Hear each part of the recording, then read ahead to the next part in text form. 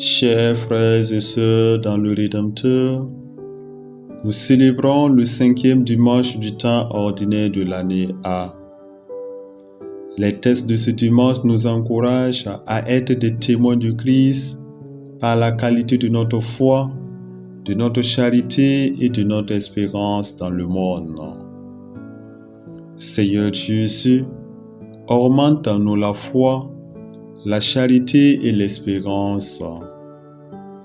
Ne permets pas que le découragement prenne le dessus dans notre vie.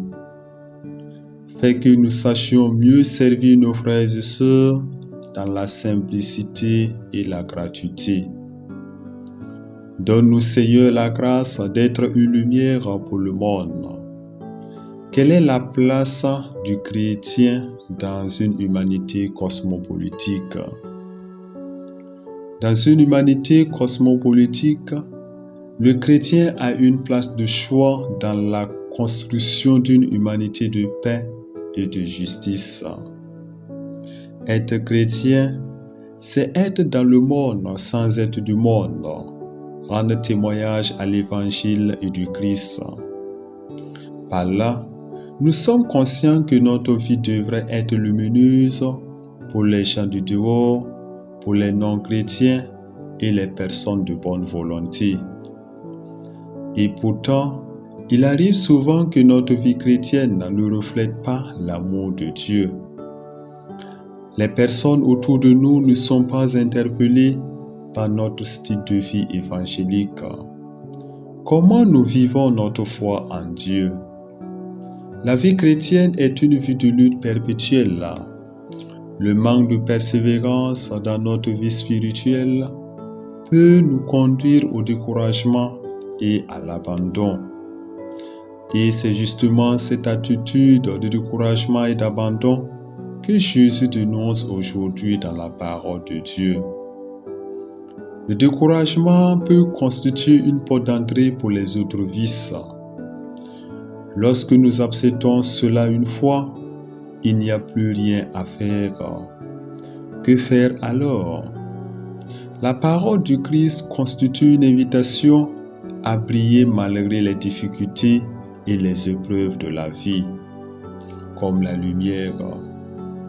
Aucune lumière sur la terre n'est parfaite.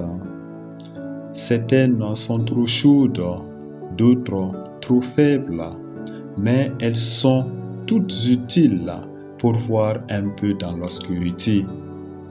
De la même façon, la lumière de notre foi peut être très limitée, salie par notre état de péché. L'essentiel pour nous est de continuer à nous confier au Seigneur et à prier Dieu pour que notre foi puisse être vive en tout temps. Chers amis, par la grâce du baptême, le chrétien a été profondément transformé par la vie divine. Pendant longtemps, le sel a été le moyen habituellement utilisé pour conserver les aliments.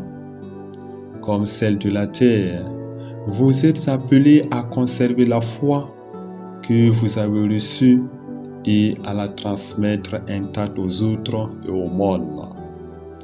Comment transmettre la flamme de la foi aujourd'hui? Pour transmettre fidèlement notre identité chrétienne, Jésus nous invite à accepter notre vocation de prophète.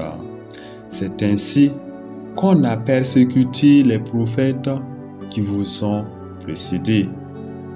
Nous voyons Saint Paul vivre cette vocation dans son apostolat et nous sommes appelés à l'imiter à travers le témoignage de notre foi en Jésus.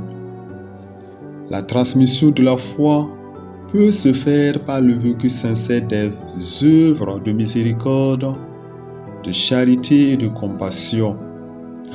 Prenons-nous volonté du temps pour les autres, en particulier les pauvres. Dans notre communauté chrétienne, sommes-nous habitués à vivre la charité? En agissant comme des justes selon le commandement de Dieu et la loi de notre conscience, nous nous conformons au Christ pour réaliser une humanité bienheureuse et vertueuse. La transmission de la foi peut se faire par le témoignage authentique de notre vie spirituelle. En vivant les béatitudes, chaque personne doit expérimenter et montrer concrètement que le règne de Dieu est déjà venu et qu'il l'a déjà accueilli dans sa vie. La caractéristique de toute vie missionnaire authentique est la joie intérieure qui vient de la foi.